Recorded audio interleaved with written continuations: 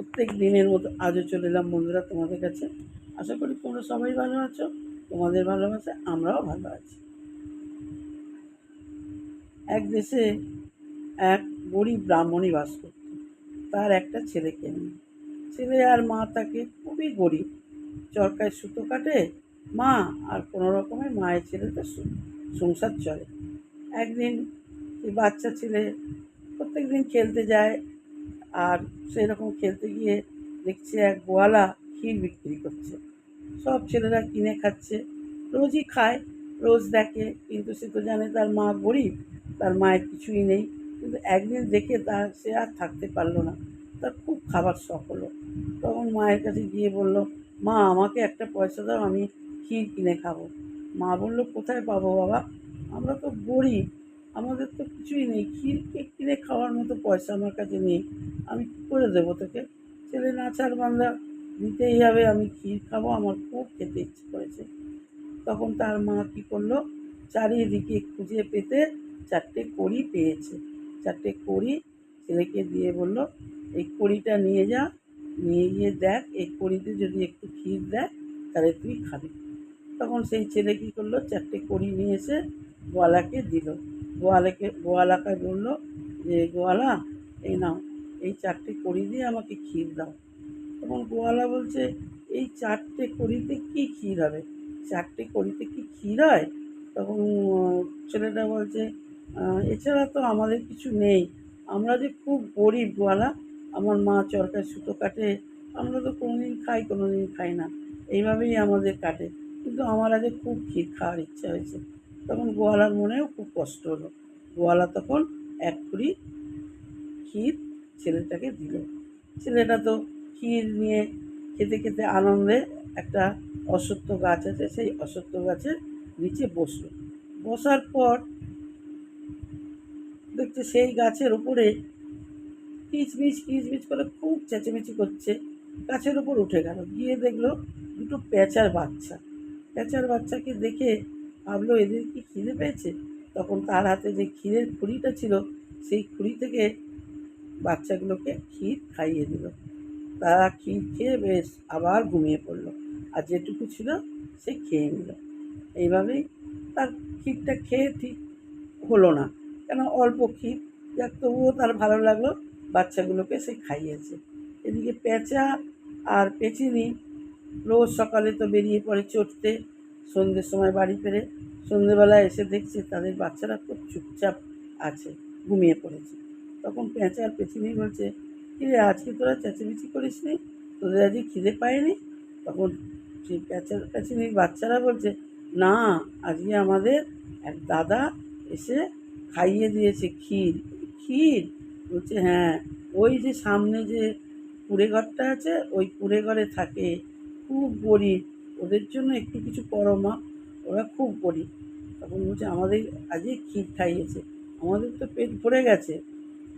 এইভাবে বললো, ঠিক আছে, তোরা কালকে তো আমরা বেরিয়ে যাব, ওকে বলে দিবি, ও যদি আসে যে তারপরে যেন ভোরবেলা আমাদের সঙ্গে দেখা করে। পরের দিন বামনির ছেলে আবার এসেছে ভাত নিয়ে। ওদের ঘরে কিছুই তো নেই, গরিব মানুষ, একটু ভাত হয়েছে, ভাত নিয়ে এসেছে। পেঁচা পেঁচিনির বাচ্চাদের ভাত খাইয়ে দিয়েছে। পেঁচা পেঁচিনির বাচ্চাদের তো পেট ভরে খেয়ে নিয়েছে, নিয়ে ঘুমিয়ে পড়েছে। আর ছেলেটা তারপর চলে গেছে।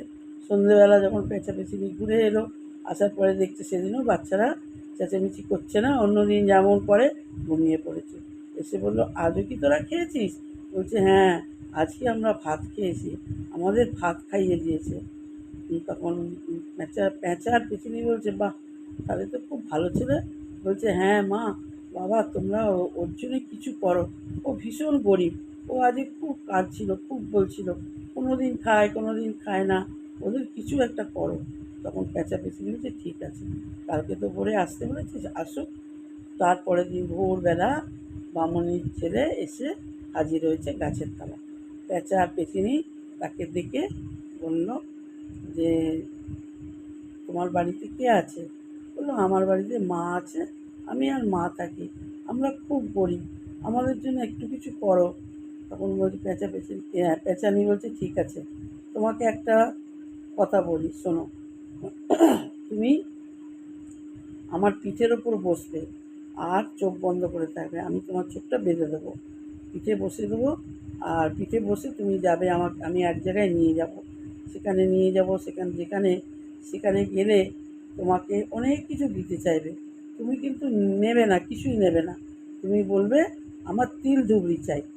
তিল ধুবড়ি মানে একটা পুঁটলি থাকবে, সেই পুঁটলিটা তুমি চাইবে। বলবে ওই আমার কিচ্ছু চাই না, আমার তিল ধুবড়ি চাই। সেই তিল ধুবড়ি তুমি নিয়ে আসবে, এনে তুমি তোমার ঘরে রেখে দেবে, সিংহাসনে পাতবে, পেতে প্রত্যেক দিন তুমি সেই তিল ধুবড়িকে পুজো করবে।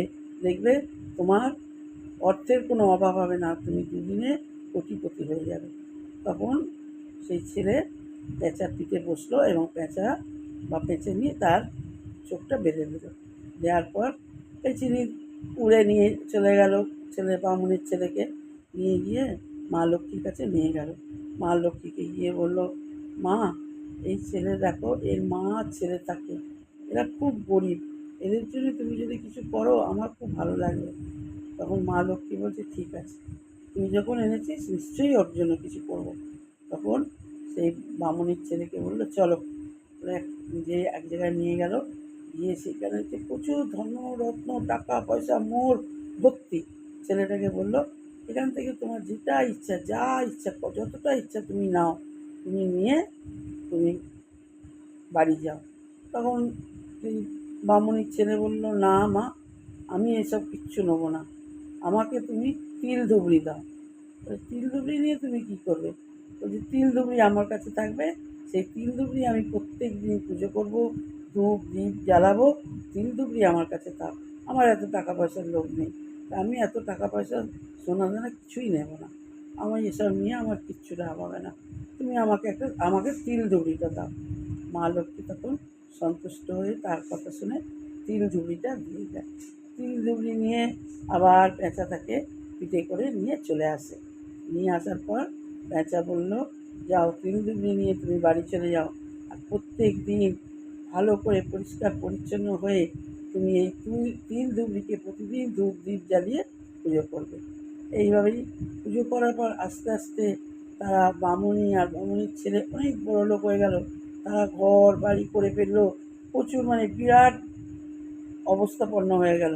সেই দেশের রাজা দেখে তো অবাক হয়ে গেল, চারিদিক থেকে শুনছে যে ও একটা কী নিয়ে এসেছে ঠাকুরের মতো, তিল ধুবড়ি পুঁটলির মতো, সেই পুঁটলিটা পুজো করেই ও আজ এত বড়লোক হয়ে গেছে।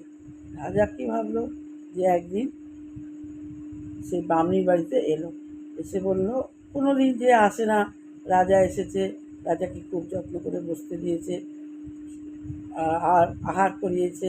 তখন রাজা সব দেখে নিয়েছে, যে সেই তিল ধুবড়ি কোথায় থাকে, কীভাবে আছে, সব দেখে নিয়েছে।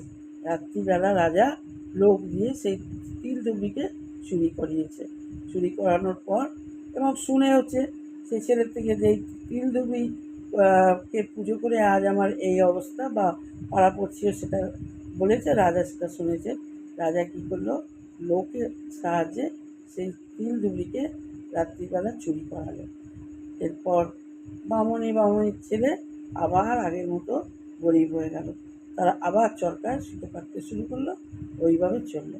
এদিকে পেঁচা বাচ্চারা সেই ছেলেটাকে দেখে, ওইভাবে এসে আবার বসে থাকে। বাচ্চারা তখন একটু বড় হয়েছে, তখন জিজ্ঞেস করে যে, দাদা তুমি কেন এভাবে বসে আছো?